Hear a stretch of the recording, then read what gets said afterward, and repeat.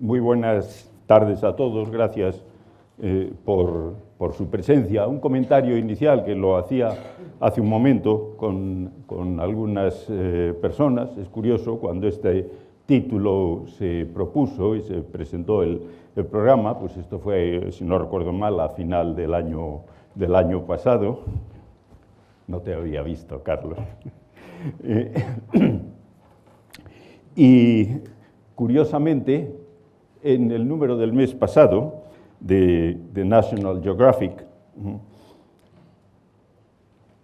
apareció ese artículo. El rojo es resaltado mío puesto encima, pero ese es el título del artículo que, como digo, apareció en el último número de National Geographic. Lo que me llamó la atención, el hecho de que algo que últimamente está teniendo bastante interés y dando lugar a debate en la comunidad de las ciencias de la Tierra, no solo de los geólogos, las ciencias de la Tierra en general, no esperaba yo que saltara a un foro ya mucho más estrechamente relacionado con el ámbito de la divulgación, como es el caso del National Geographic. Y, a ver si... Lo que sí conviene también decir desde el primer momento, que ni lo que presenta el National Geographic, ni por supuesto lo que presento yo, es una cosa nueva, ni siquiera medianamente nueva. Es decir, ideas, propuestas, preocupación con respecto a la influencia humana sobre los procesos terrestres de todo tipo y el significado de esa influencia humana, si realmente estaría dando lugar a algo que es una época de la historia de la Tierra radicalmente distinta que las anteriores. Como digo, ideas alrededor de eso, preocupación en relación con eso, pues vienen desde hace más de siglo y medio, como pueden ver aquí. No estoy seguro, además, de que no haya alguna propuesta o alguna idea en ese sentido anterior, pero ya a mitad del siglo XIX hay una obra clásica de Marsh, El hombre y la naturaleza, o la Tierra modificada por la acción humana, una propuesta específica de distinguir una nueva era, la era antropozoica, la llamaba él, la hizo Stoppani en 1873, es decir, que ha llovido un poco.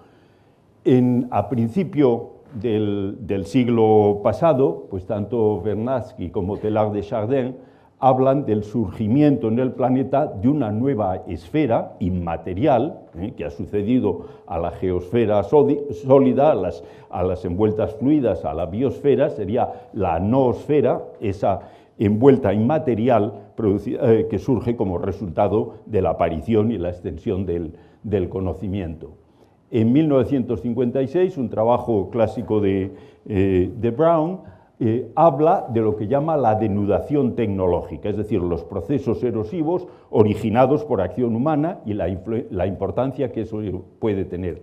En el año 88 hay nuevamente una propuesta bastante poco conocida, a mí me parece un tanto sorprendente, una propuesta bastante poco conocida de Tere Stepanian. Posiblemente es poco conocida, por un lado, porque la revista en la cual lo publicó no es de una difusión demasiado grande, aunque sea una revista internacional, y luego, por otro lado, porque este hombre era de la antigua Unión Soviética y eso pues también representaba menos posibilidad de acceso, digamos, a los canales de difusión del conocimiento. Pero, en cualquier lugar, él hace una propuesta de un nuevo periodo, que es el que llama el tecnógeno, y de acuerdo, el tecnógeno o el quinario.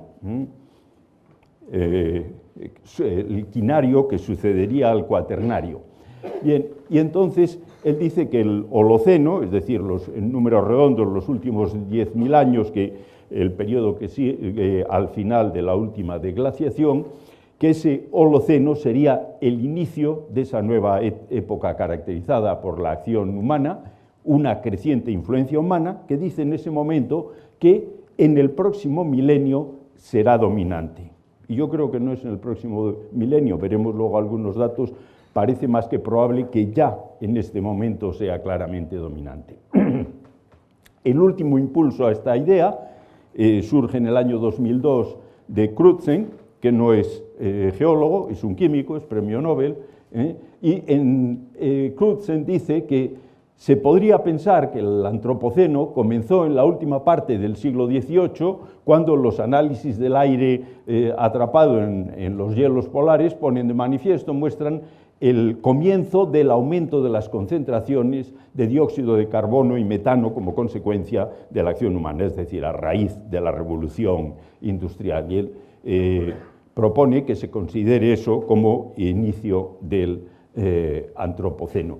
Y luego ya en términos más recientes hay un trabajo de Remondo y otras personas donde mencionan la existencia de un cambio geomorfológico global, algo, como veremos luego, paralelo pero distinto al cambio climático global.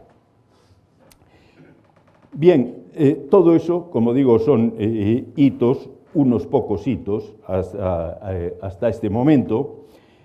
Y una cosa en relación con lo que es el posible establecimiento de un nuevo periodo, más exactamente una nueva época de la historia de la Tierra, es que las subdivisiones de la historia de la Tierra, que tienen distinta entidad y en eso no me voy a detener, sean eras, periodos, épocas o edades, están marcadas por cambios en las condiciones de la atmósfera, del clima, el desarrollo de los procesos geológicos, la naturaleza de las comunidades biológicas, normalmente todos ellos. Y los cambios que afectan a esas características dejan determinadas huellas que se pueden observar en el registro geológico y nos permiten interpretar que esos cambios tuvieron lugar, y es lo que constituyen marcadores estratigráficos.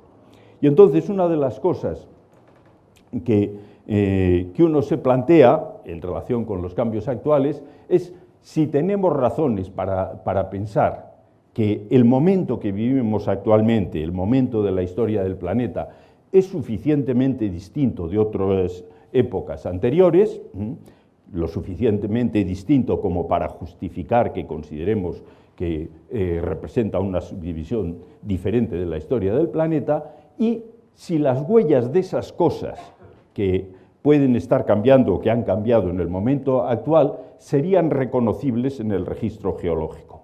Es decir, los geólogos dentro de miles, cientos de miles, millones de años, suponiendo que los haya, podrían identificar en el registro geológico señales de esas modificaciones que están teniendo lugar en el momento actual y por lo tanto podrían decir sí, a partir de este momento se entra en ese otro periodo que tiene características diferentes. Bien, yo aquí he sacado del trabajo de Ter Stepanian una serie de rasgos correspondientes a lo que podíamos decir el medio natural, tanto en lo que se refiere a la biosfera como la atmósfera y la hidrosfera, los procesos internos, incluso procesos solares, y en la segunda columna una serie de procesos que o bien influyen sobre los procesos naturales o bien los reproducen, los imitan y que, como digo, son los que pone de manifiesto en su trabajo Ter Stepanian. Y como no voy a entrar en el detalle de todos estos, muchas de esas cosas son muy conocidas, todo el mundo lo conoce, pero nosotros producimos cambios y tenemos influencia, por supuesto, en las comunidades biológicas. Damos lugar a la extinción de especies, también producimos nuevas especies, hacemos una selección, en vez de la selección natural, hacemos una selección artificial sesgada hacia las especies que nos interesan, influimos, como todos sabemos, en la atmósfera, la hidrosfera, cambiamos su composición a través del aporte de contaminantes, por supuesto estamos dando lugar a cambio climático. Más sorprendente es, porque eso es algo que normalmente uno piensa que no ocurre, el hecho de que tenemos influencia en algunos procesos internos o reproducimos algunos procesos internos. Voy a señalar alguno, por ejemplo, los procesos geoquímicos que dan lugar a la concentración de metales, pues en cierto modo nosotros los estamos imitando a través de los procesos de extracción mineral y metalurgia para obtener distintos metales. la formación de minerales a altas presiones en el manto terrestre es algo que nosotros estamos haciendo artificialmente también. Es decir, estamos, por supuesto, estamos influyendo en la transferencia de energía en el interior del planeta a través del uso de la energía geotérmica y estamos también, a través de los procesos de fusión nuclear, reproduciendo procesos y reacciones que tienen lugar en el Sol. Esto, de momento, como todo el mundo sabe, no está muy controlado, solo se ha usado para unas cosas un tanto incómodas, que es la bomba de hidrógeno, pero previsiblemente lo controlaremos. Y yo aquí he resaltado en blanco algunos de estos cambios, algunos de estos procesos de origen humano que podrían ser marcadores estratigráficos, que podrían dejar huellas que persistieran a lo largo del tiempo en el planeta. Y con los dos asteriscos rojos, los cambios que son significativos ya con posterioridad a la revolución industrial. Donde la influencia humana se deja notar en mayor medida en lo que tiene que ver con los procesos de tipo abiótico, no hablo de los que tienen que ver con los organismos, ni tampoco de momento sobre los que afectan a la atmósfera, en los procesos geológicos, es sobre todo, como es natural, en los procesos geológicos superficiales. Y nosotros estamos reproduciendo algunos, pues por ejemplo la meteorización física que afecta y da lugar a la paulatina degradación de las rocas, es equivalente a los procesos de trituración que hacemos. La meteorización química, nosotros a través de distintos tipos de tratamientos químicos de las rocas, estamos reproduciendo cosas que se parecen a la meteorización. Pero yo creo que seguramente lo más significativo es cómo en el momento actual la evolución de los cursos fluviales y de los litorales está condicionada fortísimamente por distintos tipos de obras y de acciones humanas.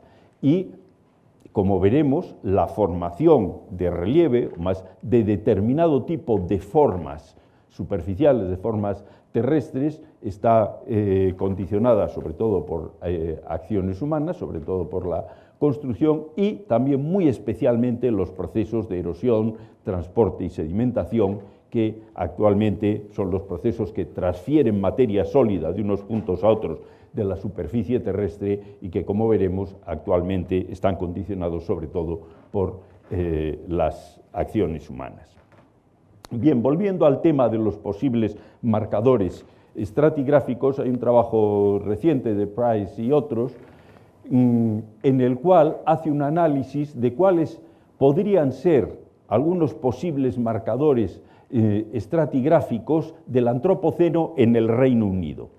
Estos prácticamente todos son aplicables, como es natural, con algunas diferencias, al conjunto del planeta. Entonces yo aquí lo que he hecho, porque esto seguramente no lo pueden leer, he entresacado algunos de estos y añadido alguna cosa. Y entonces, si nosotros vamos desde las épocas más antiguas a las más recientes, pues tal vez podíamos considerar que el Antropoceno se inicia cuando hay evidencias de que los seres humanos elaboran objetos tecnológicos, y nos iríamos pues a algo más de 2 millones de años. O bien, otro cambio importante y que también dejaría huellas en el registro geológico, cuando empiezan a aparecer polen de especies cultivadas a raíz del desarrollo de la agricultura. O bien, cuando aparecen determinado tipo de contaminantes en los sedimentos, que son los que se producen como resultado de los procesos de metalurgia a partir de la edad de los metales. O bien, volviendo a la idea de Crutzen, cuando se detecta el cambio de composición en la atmósfera a final del siglo XVIII, con el inicio de la revolución industrial. O bien, otro marcador que tendría una presencia general en el planeta es la presencia en los sedimentos de radionucleidos producidos como consecuencia de las explosiones nucleares, a partir más o menos de mitad del siglo XX. O también, tal vez, como veremos, un momento en el que se puede haber producido un aumento muy fuerte en las tasas de los procesos de erosión y sedimentación. Todo esto serían posibles maneras de identificar en el futuro que ha habido unos cambios cualitativos o cuantitativos. Lo que está claro es que desde hace mucho tiempo las personas hemos dejado sobre los procesos y los rasgos geológicos superficiales huellas importantes.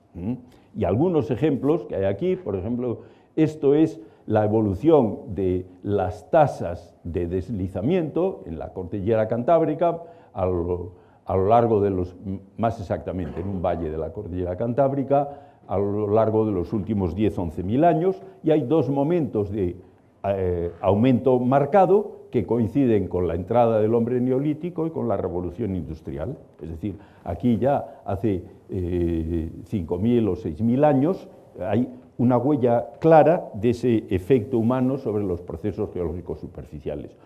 Desde hace varios miles de años construimos nuevas formas, como estos tels, que hay miles de ellos y son muy característicos de la Mesopotamia, o, no digamos, los complejos urbanos, que también tienen varios miles de años de antigüedad. Naturalmente, en el momento actual, lo que hace miles de años o incluso siglos era puntual y se producía en algunos lugares, en el momento actual es una modificación casi generalizada, que afecta prácticamente a todas las regiones del mundo en mayor o menor grado, y a través sobre todo de este tipo de cosas: construcción de ciudades, minería, desarrollo de infraestructuras, etc. Entonces, como vemos, está fuera de duda que nuestra actividad ha introducido cambios cualitativos importantes en el planeta. Cambios cualitativos que afectan a multitud de procesos o características, entre otros los procesos geomorfológicos o procesos geológicos superficiales, y que muchos de esos cambios pueden dejar huellas que sean identificables en el futuro, en el registro geológico. Y una cuestión es si esos cambios, que son cualitativamente importantes, si también lo son cuantitativamente. Es decir, la magnitud de los cambios es grande o es pequeña en comparación con lo que corresponde a los procesos naturales. Bien, si nosotros pensamos que el antropoceno, digo nosotros genéricamente, el antropoceno debe considerarse una nueva época de la historia geológica, una cosa que nos debemos plantear es si el criterio para definir su inicio debería ser un criterio cualitativo, es decir, a partir del momento que hay huellas de influencia humana, por ejemplo, o bien un criterio cuantitativo, a partir del momento en el cual esa influencia pasa a ser más importante, pasa a tener una magnitud mayor que la que corresponde a los agentes naturales. Bien, como trataré de mostrar ahora, yo creo que hay razones para pensar que una característica importante de ese posible antropoceno, de esa posible nueva época, es un aumento marcado, un aumento importante en las tasas de los procesos geomorfológicos. Y también que ese aumento marcado, es decir, la importancia cuantitativa de esa modificación, es bastante reciente. Cuando digo reciente, menos de un siglo. Para tratar de expresar este tipo de cambios, hace algún tiempo se propuso el concepto de la huella geomorfológica humana, que es algo que nos permitiría expresar cuantitativamente la importancia de los efectos que tiene nuestra modificación de la superficie sólida de la Tierra. Y se define la huella geomorfológica humana como la superficie de antropogeoformas, es decir, formas terrestres artificiales por construcción, por acumulación, por excavación, creadas por nosotros, como las que hay de fondo en la imagen, y también el volumen de materiales geológicos desplazados de una zona a otra como consecuencia de la acción humana. Y un análisis hecho para tener una idea de cuál podría ser la magnitud de esta huella geomorfológica humana en una serie de zonas de estudio representativas de digamos, de la situación en España por un lado y Argentina por otro, es decir, en una economía industrializada, en una economía emergente, pues para estas zonas de estudio nos da una serie de valores que oscilarían entre aproximadamente 3 y 10 metros cuadrados por persona y año, es decir, por término medio en esas zonas de estudio, cada persona residente en ellas crearía una determinada superficie, o le correspondería una determinada superficie de esas formas de origen artificial. Y el desplazamiento de materiales sólidos de uno a otro, como consecuencia, de un lado a otro, como consecuencia de actividades humanas directas, deliberadas, excavación, acumulación, tendría un margen de variación mucho mayor, entre aproximadamente 4 y 35 metros cúbicos también por persona y año. Si suponemos, y esto es una aproximación muy grosera, por supuesto, si suponemos que, dado que esas cifras corresponden por un lado a una economía industrializada y por otro a una emergente, parece razonable pensar que en algún punto entre medio, desde luego no en la media, que es en la media aritmética, que es lo que se pone ahí, seguro que ahí no, pero probablemente no muy lejos, en algún punto entre medio debe estar el promedio mundial de ese efecto por, como decía, por persona, esa huella geomorfológica humana. Y si aceptamos eso, por supuesto, con bastantes reservas, tendríamos a nivel global que estaríamos construyendo del orden de 45.000 kilómetros cuadrados de formas artificiales por año, movilizando cerca de 300.000 millones de toneladas de materiales geológicos, y esto, si lo imaginamos distribuido uniformemente por la superficie terrestre, que ya sabemos por supuesto que no es el caso, sería equivalente a una denudación de casi 1 milímetro por año. Entonces, volviendo al aspecto cuantitativo, ¿y esto cómo se compara con lo que hacen los procesos naturales? Bien, pues haciendo una revisión de la bibliografía sobre estas cosas, revisión que seguro que no es completa, nunca lo son, se tienen unas cifras que son interesantes, son aproximadas. Si en el caso de la denudación tecnológica, la denudación de origen humano, tenemos, como veíamos, el equivalente aproximadamente de 1 milímetro año, las tasas de denudación por procesos naturales, algunos no tan naturales, pero bueno, por procesos naturales que uno obtiene de la bibliografía, oscilan, grosso modo, entre 0,1 y 0,01 milímetros por año. Si vamos a algo que se corresponde con esto, es decir, cuánto transportamos nosotros en comparación con lo que transportan los procesos naturales, pues la acción humana transporta del orden de 10 elevado a 17 toneladas por año, los procesos naturales o no tan naturales entre 1 y 2 órdenes de magnitud menos, como en el caso anterior. Estos son estimaciones que presentan incertidumbres, tanto lo que tiene que ver con los procesos humanos como con los procesos naturales. Entonces uno tiene que tener mucha cautela al interpretar esto, pero si esos números son correctos, estaríamos ante un cambio muy significativo desde el punto de vista cuantitativo. Es que pensemos que estaríamos en el momento, si eso es cierto, seríamos entre 10 y 100 veces más importantes a la hora de producir este tipo de procesos que los agentes naturales. Pero lo tenemos que mantener como interrogante, es decir, esa denudación o erosión tecnológica es realmente 1 o 2 órdenes de magnitud mayor que la que corresponde a los agentes naturales. Redondeando las cifras que decíamos, que poníamos antes, estamos construyendo aproximadamente, esto es equivalente a una Holanda por año de formas artificiales. Tanto si esas cifras son exactas como si no lo son, lo que parece claro es que la huella geomorfológica humana aumenta con el tiempo y, por supuesto, también es de esperar que aumenten sus consecuencias. ¿Y por qué aumenta con el tiempo?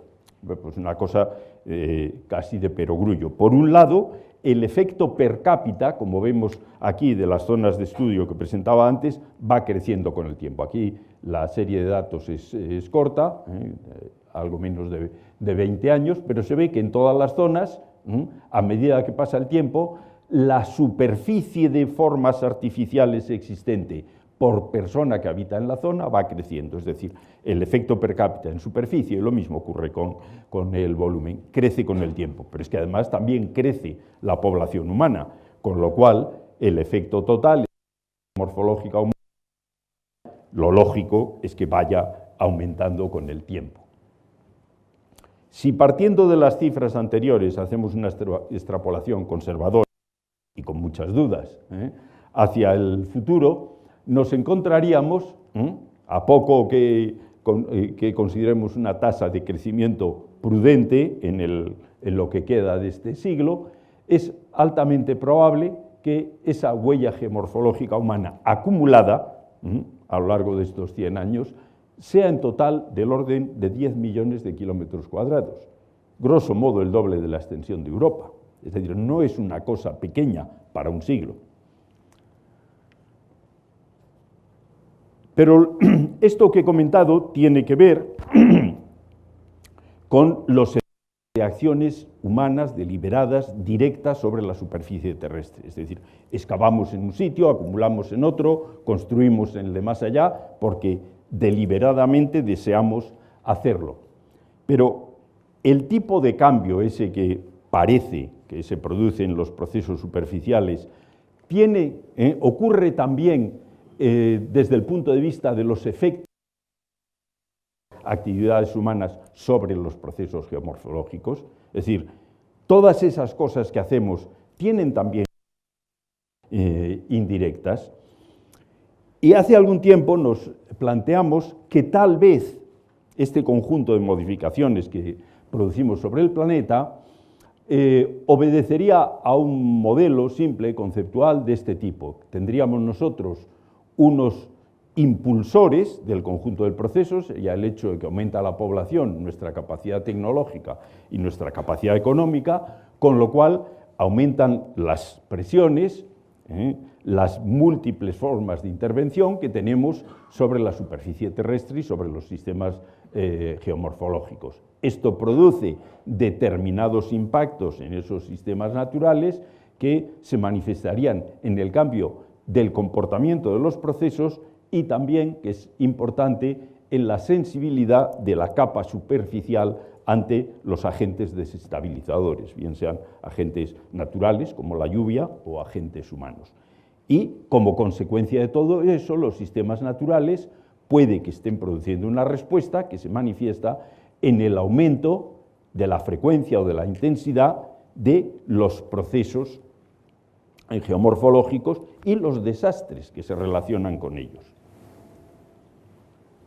Y es curioso, y ahora vuelvo al artículo del National Geographic del mes pasado, proponen una cosa, lo que llama impacto humano, que es población multiplicado por riqueza y por tecnología. Aquí pone la variación a lo largo del tiempo. Realmente, si se ponen a pensar, estas cosas, por supuesto, no son variables independientes. Y esto, sobre todo, el aumento de la riqueza, esto es el PIB mundial absoluto, no per cápita, el total.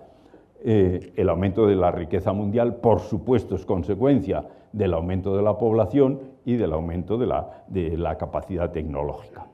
Pero lo que es interesante ver aquí es que a lo largo del siglo la población se multiplica aproximadamente por 4, la tecnología, tomando como indicador el número de patentes, que uno podría usar cualquier otra cosa, se multiplica por 13, el Producto Bruto se multiplica por 27. Y es natural que aumente, porque aumenta como consecuencia de las otras dos cosas, es natural que aumente más. Y si consideramos el producto, aquí he puesto yo las cifras desde el inicio al final, el aumento es de 3 órdenes de magnitud, el producto de estas 3 variables. Yo creo que ese producto, bueno, hay que mirarlo con cuidado, es un poco exagerado considerar ese valor porque, repito, es en cierto modo volver a multiplicar una cosa por sí misma. Pero eso no es lo importante. Lo importante es que si este modelo que ponía antes, si ese modelo es correcto, una cosa que deberíamos esperar es que en general en el mundo, en distintos lugares, existiera una aceleración de estos procesos geológicos superficiales que tienen que ver con erosión, arrastre de sedimentos, etc. Si se aceleran los procesos geomorfológicos, una consecuencia de estos es que se produce más sedimento. Y si se produce más sedimento, se debe acumular más. Esto es también de sentido común. Y si ese aumento tiene lugar, y si el modelo es correcto, lo que nosotros deberíamos tener que el aumento se pareciera más a los posibles impulsores naturales que no a los posibles factores impulsores, humanos, que no a los naturales. Y entonces, pues esto, como es habitual en la ciencia, cuando uno formula un modelo que es una hipótesis, pues trata de comprobarlo. Otra cosa es que lo consiga o no, pero bueno, intenta comprobarlo. Y entonces, para comprobar la validez de ese modelo, que se formuló sobre la base de una serie de observaciones iniciales en el norte de España, pues en una serie de áreas de estudio, en España y en Sudamérica, se extrajeron testigos de sedimentos, se hizo un sondeo, que se extraía el sedimento, se corta en una serie de rodajas de 1 centímetro de espesor, se determina su edad por medio de plomo 210 y cesio 137, y como sabemos la edad de cada uno de los niveles a lo largo de todo el testigo, pues podemos calcular las tasas de sedimentación, la cantidad de sedimento que se acumula en esa zona por año. Y al mismo tiempo, en esas zonas de estudio, pues se recogieron toda una serie de datos sobre posibles impulsores naturales, precipitaciones, humanos, pues toda una serie de indicadores que están relacionados con la posible intensidad de nuestra acción sobre la superficie terrestre. Y voy a poner rápidamente los resultados que se obtuvieron para el norte de España, en una serie de estuarios del norte. Las tasas a lo largo del tiempo, las tasas de sedimentación, vemos que en la gran mayoría de estos sondeos hay un aumento claro de las tasas de sedimentación, el ritmo al cual se acumulan los sedimentos a lo largo del último siglo y también en estos. Es decir, que sí que se aprecian signos de que hay una aceleración de los procesos geomorfológicos. Cuando comparamos eso con posibles factores impulsores, y digo comparamos, no estoy hablando de correlación porque, claro, la resolución y la naturaleza de los datos es tan distinta que, por lo menos en el momento actual, intentar una correlación en sentido estadístico yo creo que es un poco arriesgado. Entonces, vamos a ver la pinta, el aspecto de las tendencias de variación. Cuando comparamos eso con la precipitación, bien sea precipitación total o una expresión de la frecuencia de las precipitaciones intensas, nosotros vemos que la pauta de variación es radicalmente distinta a la que mostraban las tasas de sedimentación. Sin embargo, si miramos a indicadores que se relacionan con posibles impulsores humanos, vemos cosas cuya tendencia y magnitud de variación se parece bastante más a la que veíamos en el caso de las tasas de sedimentación, y muy especialmente aquellas cosas, por ejemplo, el Producto Interno Bruto, el consumo de energía o el consumo de cemento, que tienen una relación más estrecha con la intensidad de nuestra actividad.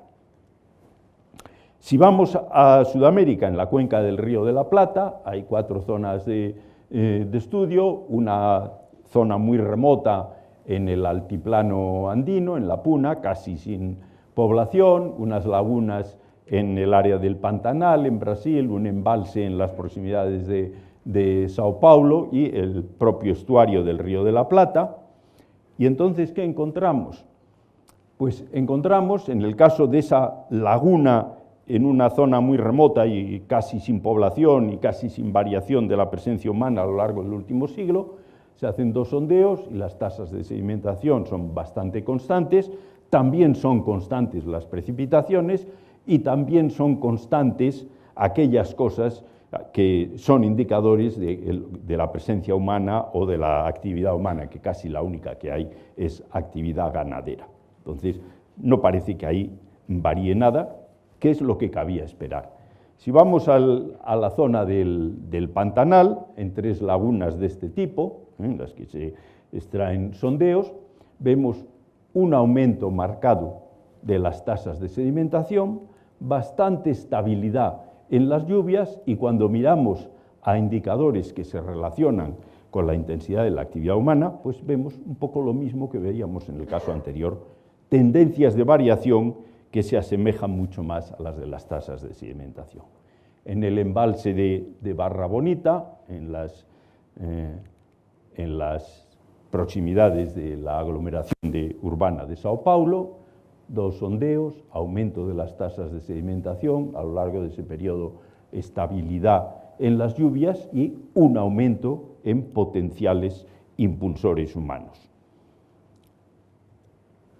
Y en el propio Río de la Plata, que solo hay de momento 3 sondeos y uno que no sirvió para nada, porque a pesar del cuidado que se tuvo al extraerlo, tratando de buscar zonas donde no hubiera perturbación, cuando se hicieron las determinaciones de plomo, se vio claramente que había habido una mezcla en la columna de sedimentaria, posiblemente como consecuencia de perturbación humana, y no sirvió para nada. Pero aquí hay 2 sondeos, uno que se sacó en una zona bastante aislada de la dinámica general del estuario, donde esperábamos que no hubiera aumento en las tasas de sedimentación, y es lo que ocurrió, y otra zona ya conectada con la dinámica general del estuario, donde esperábamos que las tasas de sedimentación aumentaran, y aumentaron.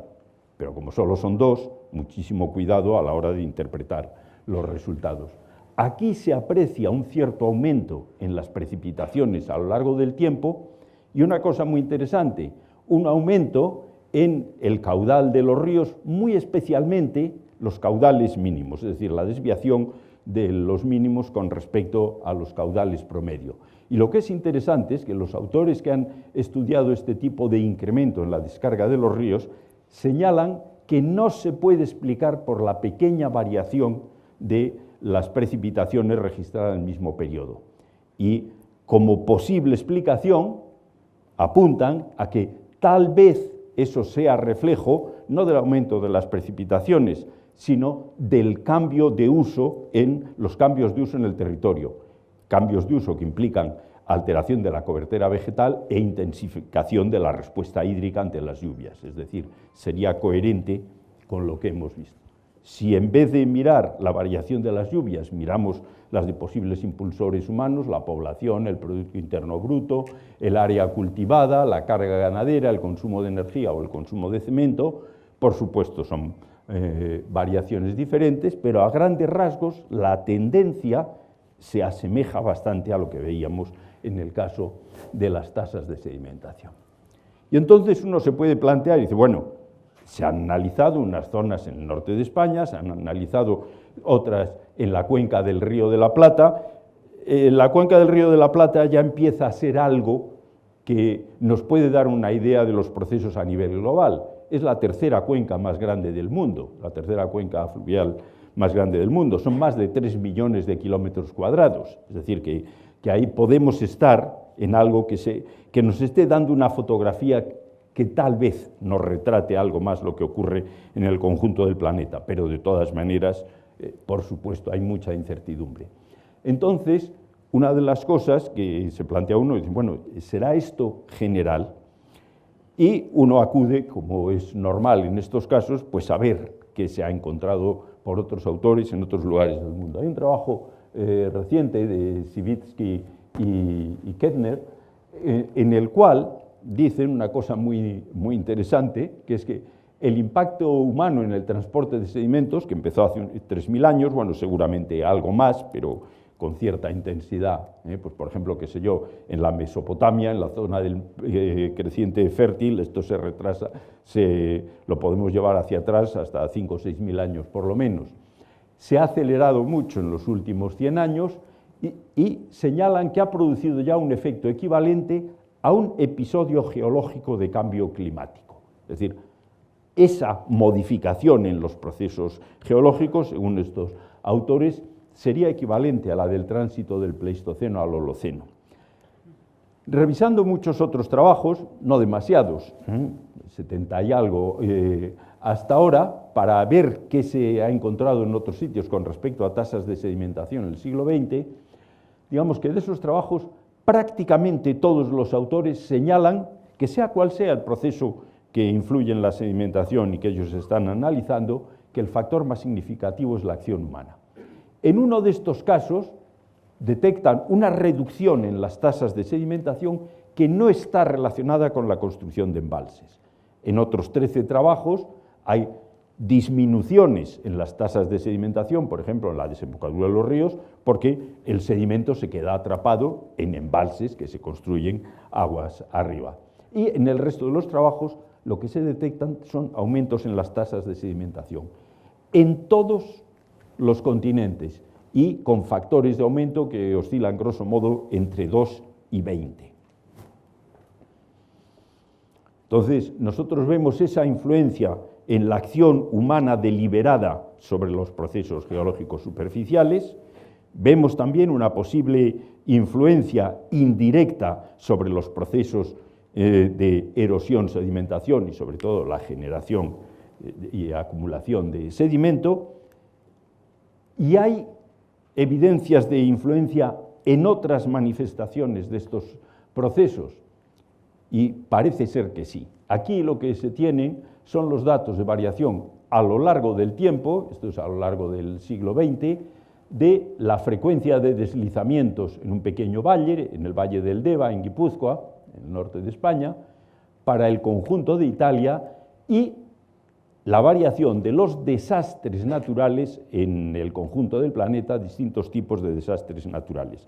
Y un comentario inicial. No es exactamente lo mismo esto que esto. Esto es frecuencia de procesos naturales. Esto es frecuencia de procesos naturales que producen daños.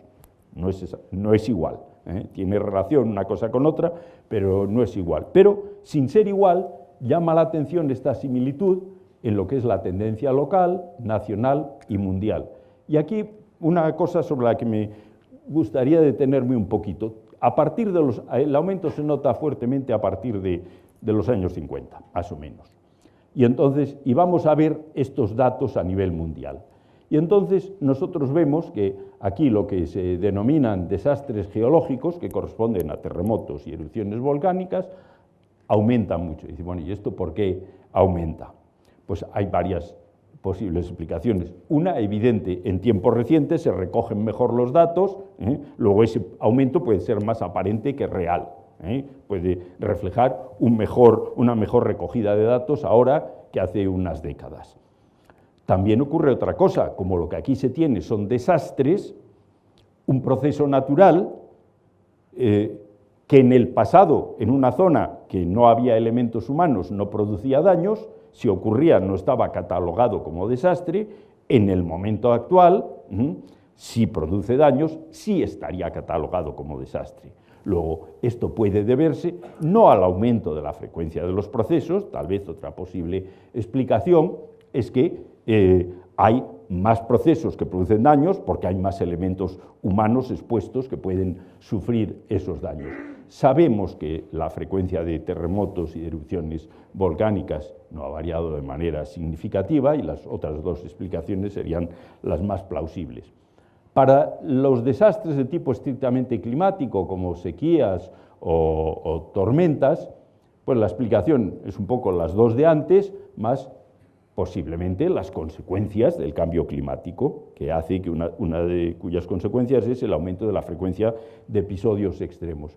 Y esto, que son inundaciones y deslizamientos, es con diferencia lo que más aumenta.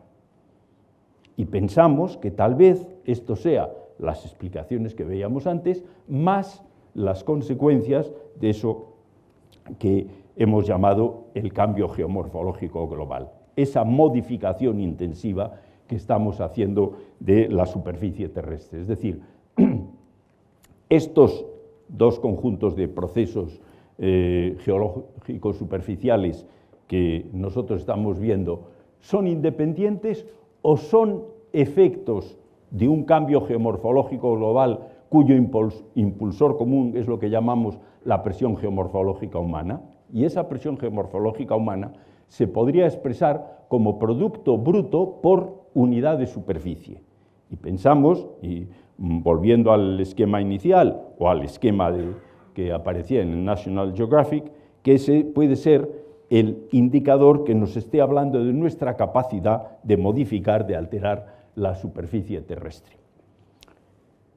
Pero si pasamos de estas cosas de ámbito global a análisis más concretos, a pequeña escala, aquí hay unos datos de interés que son consecuencia de un análisis preliminar de una pequeña zona del norte de España, donde se ha tratado de ver las relaciones en el espacio y en el tiempo entre la producción de deslizamientos y algunos posibles agentes impulsores naturales y humanos. Y simplemente voy muy rápidamente, aquí lo que se considera para distintos periodos, zonas que han experimentado cambios en la cobertura vegetal, y se ve que clarísimamente el número de deslizamientos por kilómetro cuadrado, con gran diferencia, yo lo he resaltado ahí en color, con gran diferencia, donde este es mayor, es donde se han producido cambios, normalmente desde cualquier otro tipo de cobertura vegetal a zonas de prados y cultivos. Y no solo eso, vemos otra cosa interesante, que a medida que pasa el tiempo, aumenta en general en la zona la frecuencia de deslizamientos. Del primer periodo considerado al segundo, más o menos se multiplica por 3 y por 4, no, por 3 más o menos, y aproximadamente por 2 del primero al tercer periodo considerado. Es decir, aumenta en conjunto la frecuencia de los deslizamientos, y estos aumentan especialmente en aquellas zonas que han experimentado determinados cambios de uso. Pero hay otro factor que puede influir en la frecuencia de los deslizamientos, que son las carreteras, la red de carreteras. Esta zona es una zona con una gran densidad de carreteras que han sido reparadas, cambiadas, arregladas a lo largo de las últimas décadas. Entonces, esa acción, esas obras, con frecuencia desestabiliza y produce deslizamientos. Y también, otra cosa que hacen las carreteras es que cambian la circulación del agua en superficie, promueven su concentración en determinadas zonas, y eso indirectamente también puede ayudar a desencadenar deslizamientos. Y entonces tratamos de ver si había alguna relación espacial entre lo uno y lo otro. Y para dos lapsos de tiempo temporales se representó aquí, con distancia desde el eje de la carretera, la frecuencia de deslizamientos. Y en los dos lapsos se ve que eso decrece bastante. Y esto se aprecia aquí mejor cuando se ven la curva acumulada, y aquí se ve que va disminuyendo la pendiente de la curva a medida que nos alejamos, ya a una distancia de alrededor de 230, 240 metros, dejan de producirse deslizamientos. Entonces, esto parece que está teniendo una influencia. Y sin embargo, si vemos la variación en las precipitaciones a lo largo del tiempo, tanto sea la total como las lluvias por encima de una cierta intensidad, tiene una pauta de variación que no nos explica lo que veíamos antes con respecto a los deslizamientos. Dicho en otras palabras, si esto es cierto, y nuevamente también hay que tomarlo con mucha cautela, lo que parecería es que tiene mucho más efecto en el aumento de los deslizamientos a lo largo del tiempo, los cambios que se están produciendo, bien sean las infraestructuras, bien en los cambios de uso, que los cambios que afecten a las precipitaciones. Si volvemos al nivel global, dejamos ese análisis de pequeña escala y volvemos al nivel global, aquí tenemos otras cosas muy interesantes. Tenemos aquí el número de deslizamientos, estas barras, lo otro no, lo otro son artículos publicados, el número de deslizamientos en el mundo a lo largo del tiempo. Estas son la frecuencia de inundaciones en distintas zonas, en continentes o países muy grandes, Estados Unidos, Australia, África, Asia, etc. Vemos las pautas de aumento, fuerte aumento a partir de mitad del siglo XX. Aquí lo que tenemos son las variaciones de lluvia obtenidas del último informe del panel intergubernamental sobre el cambio climático, que nos ponen de manifiesto que las variaciones en esos mismos 50 o 60 años, las variaciones en las lluvias en distintas zonas han sido pequeñas, 6, 7, 8% como mucho en algunas zonas. Y además en algunos casos las precipitaciones disminuyen, en otras regiones aumentan. Sin embargo, si nosotros miramos al Producto Interno Bruto de estas zonas, vemos unas pautas de aumento que se parecen muchísimo a este tipo de cosas. Y el que se parezcan, y esto también en buena y en buena práctica científica, aunque hubiera una correlación muy buena, saltar de esa correlación a decir que hay una relación causa-efecto es un salto arriesgado. Entonces, digamos que esto, de momento, se parece o da una explicación mucho más plausible de esto que no esto otro. Pero no digamos que es cierto. Entonces, para ir terminando y resumiendo, por un lado algunos hechos y por otro lado algunas preguntas. Primero, parece claro que las tasas de sedimentación, la frecuencia de deslizamientos y de inundaciones, grosso modo, se han multiplicado por 10 a lo largo del último medio siglo. En ese lapso temporal, el Producto Bruto Mundial también ha tenido un aumento similar. Lógicamente, también lo que llamamos la presión geomorfológica humana, puesto que como eso es por kilómetro cuadrado, es dividirlo por la superficie del planeta, que es una constante, vamos, la superficie de las tierras emergidas. Probablemente, pero no tenemos datos, también la huella geomorfológica humana habrá aumentado de manera similar.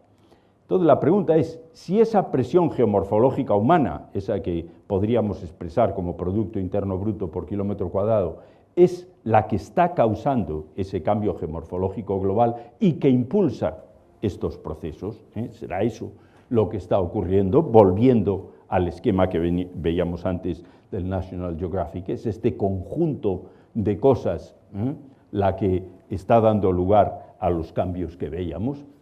Y supongamos, aquí esto son una serie de estimaciones que presentan incertidumbres, como es natural, porque no es fácil tener datos precisos sobre esas cosas, pero vamos a suponer que las estimaciones son razonablemente correctas. Si eso fuera así, tendríamos que en la actualidad la denudación tecnológica, la que causamos nosotros directamente, sería unas 10 veces mayor, seamos conservadores, seamos cuidadosos, no digamos que hasta 100 veces mayor, como algunos datos pueden sugerir, no, unas 10 veces mayor. Hemos visto que ha habido un aumento muy rápido a lo largo del tiempo de población, de Producto Interno Bruto, de tasas de sedimentación, de inundaciones, de deslizamiento, a partir más o menos de la mitad del siglo XX, coincidiendo con la gran época de expansión demográfica y económica posterior a la Segunda Guerra Mundial.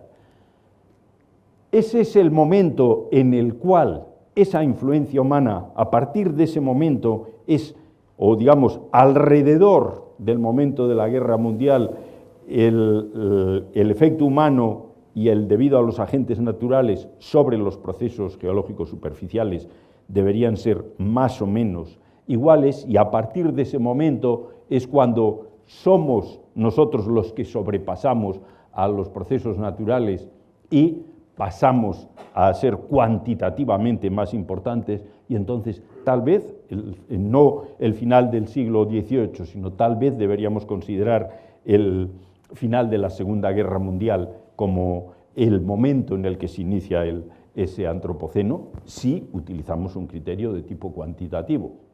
Y entonces, pues, esta gran aceleración que aquí se ve en estas dos manifestaciones de los procesos, esta gran aceleración de los procesos geológicos superficiales está impulsada por eso, y ese es el momento del gran cambio.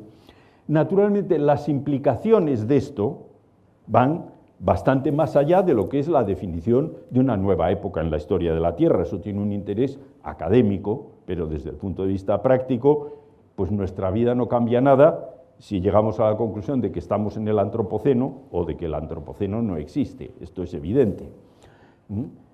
Y tampoco tiene, digamos, demasiada trascendencia desde el punto de vista práctico si el tránsito hacia esa nueva época es un tránsito gradual, es un tránsito neto. Lo que ocurre es que si la hipótesis subyacente es correcta, este fuerte aumento que se observa en la frecuencia de los desastres producidos por los procesos geológicos superficiales no sería consecuencia, como inmediatamente se salta a decir, hace unos meses hubo unas inundaciones en China, en Pakistán y tal. Claro, esta es una de las consecuencias del cambio climático.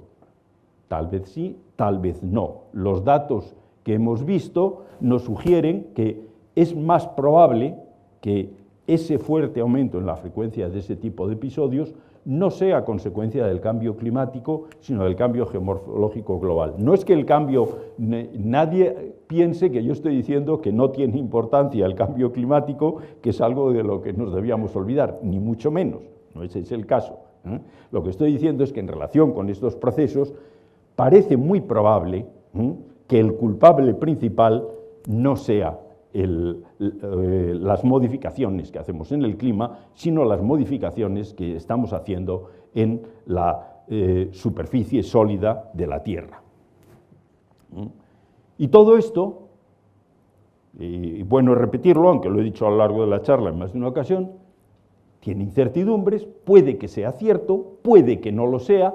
Lo que sí está claro es que si nosotros hacemos cualquier tipo de extrapolación de estas tendencias, decimos, bueno, pues si estas tendencias continúan más o menos como están, la situación podría ser bastante grave, con lo cual parece que tiene interés profundizar en esto y ver si el modelo es cierto o no lo es, o cuál es la causa de ese tipo de variaciones que estamos viendo y, por lo tanto, si conocemos la causa, cómo podríamos atajarla. Es decir, una de las cosas que vemos en relación con esto es que el antropoceno, una de las características de ese hipotético antropoceno podría ser el gran aumento en la frecuencia de y en las consecuencias de los desastres naturales, como consecuencia, a su vez, de la fuerte modificación que estamos produciendo sobre los procesos geológicos superficiales. Entonces, recapitulando, digamos que todo parece indicar que ya estamos en una situación en la cual la evolución biológica, las extinciones de especies, la variación en la composición de la atmósfera, la hidrosfera, la evolución del clima, etcétera, están condicionadas en gran medida por nuestras actividades, de manera directa o de manera indirecta. En relación con los procesos geológicos superficiales, nos encontramos con que nuestra contribución en el momento actual parece ser al menos un orden de magnitud superior a la de los agentes naturales. Y extrapolando de manera prudente y conservadora hacia el futuro, a lo largo del presente siglo, muy probablemente eso como mínimo va a aumentar otro orden de magnitud. Entonces, esto parece, tanto esto como esto, que caracterizan un tiempo lo suficientemente distinto de los, digamos, siglos o milenios anteriores, como posiblemente para justificar el establecimiento del Antropoceno como una nueva época de la historia geológica. De hecho, si mi información es correcta, esto se ha puesto encima de la mesa en la Comisión Internacional de Estratigrafía, se ha puesto encima de la mesa la propuesta de que se analice la definición formal de este periodo y de momento está aceptado que eso se analice, que se vaya a aceptar o no la nueva época es otro asunto. Y el tránsito a esa nueva época, repito y volviendo a alguna de las cosas que decía al principio, podemos utilizar criterios muy diferentes, pero posiblemente, si vamos a fijarnos en efectos importantes de las acciones humanas, si utilizáramos un criterio cualitativo, probablemente el momento más adecuado sería el inicio de la revolución industrial. Si utilizáramos un criterio cuantitativo, probablemente sería más adecuado establecer el inicio de este antropoceno en el final de la Segunda Guerra Mundial. Muchas gracias por su atención.